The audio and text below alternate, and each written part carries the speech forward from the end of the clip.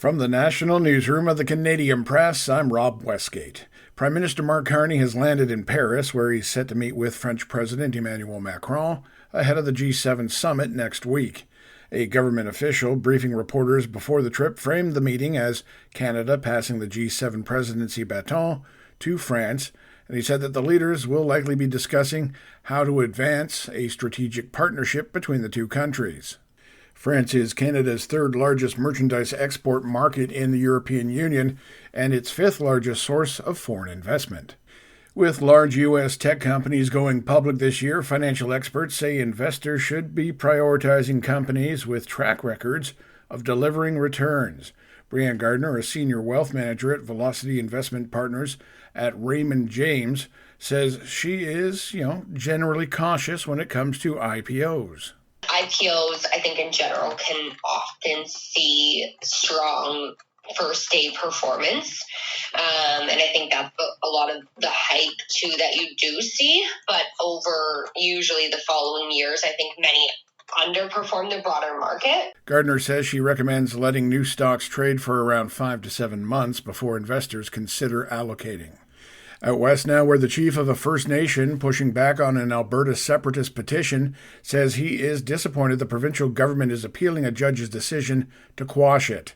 Chief Alan Adam of Athabasca Chipewyan First Nation says it's hard to tell whether Premier Danielle Smith has Canada's or separatists' best interests at heart.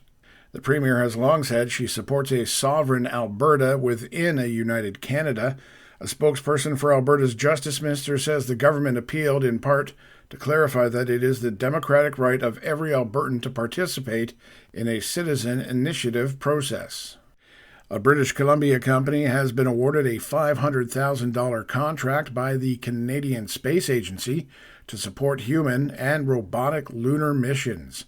Space Dirt CEO Sean Riddell says he is figuratively, if not quite yet literally, over the moon. Contracts are very competitive, so I knew we had a chance, but this was the first big win for the company, and definitely a surreal moment. The Langley-based Space Dirt, along with 2 other firms, will spend the next 10 months developing plans for power generation and soil management on the moon.